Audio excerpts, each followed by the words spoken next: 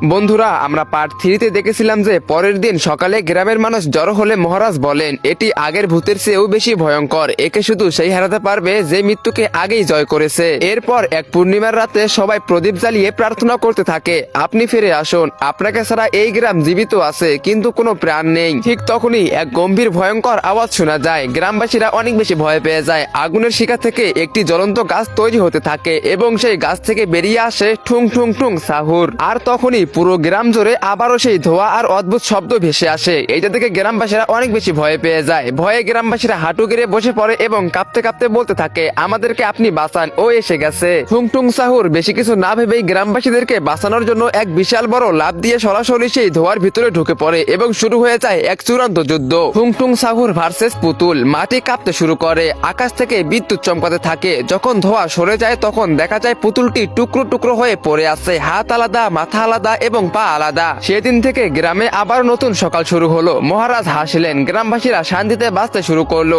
সেদিন থেকে ঠুং ঠুং ঠুং সাহুর আর ভূত রইল না, সে হয়ে উঠলো গ্রামের রক্ষক। কিন্তু সেই রাতে এমন কিছু ঘটলো যা কেউ জানতে পারলো না এবং কেউ কল্পনাও করতে পারবে না। পুতুলের কাটা মাথা, হাত ও পা নিজে নিজেই জোড়া লাগতে শুরু করলো এবং সে সেখান থেকে চলে গেল। তো বন্ধুরা, এরপরে কি হতে চলেছে? আবারও এই গ্রামে কোন অশুভ শক্তি আসতে চলেছে? এবার কি ঠুং ঠুং সাহুর আর মহারাজ পারবে এই গ্রামবাসীদেরকে রক্ষা করতে? হ্যাঁ, তোমরা সেটা দেখতে পারবে পার্ট 5-এ। পার্ট 5 দেখার জন্য ভিডিওতে লাইক করে চ্যানেলটিকে সাবস্ক্রাইব করে দাও আর অবশ্যই কমেন্ট বক্সে পার্ট 5 লেখো। আর যারা 1, 2, 3, 4 দেখো নাই, দেখে আসো।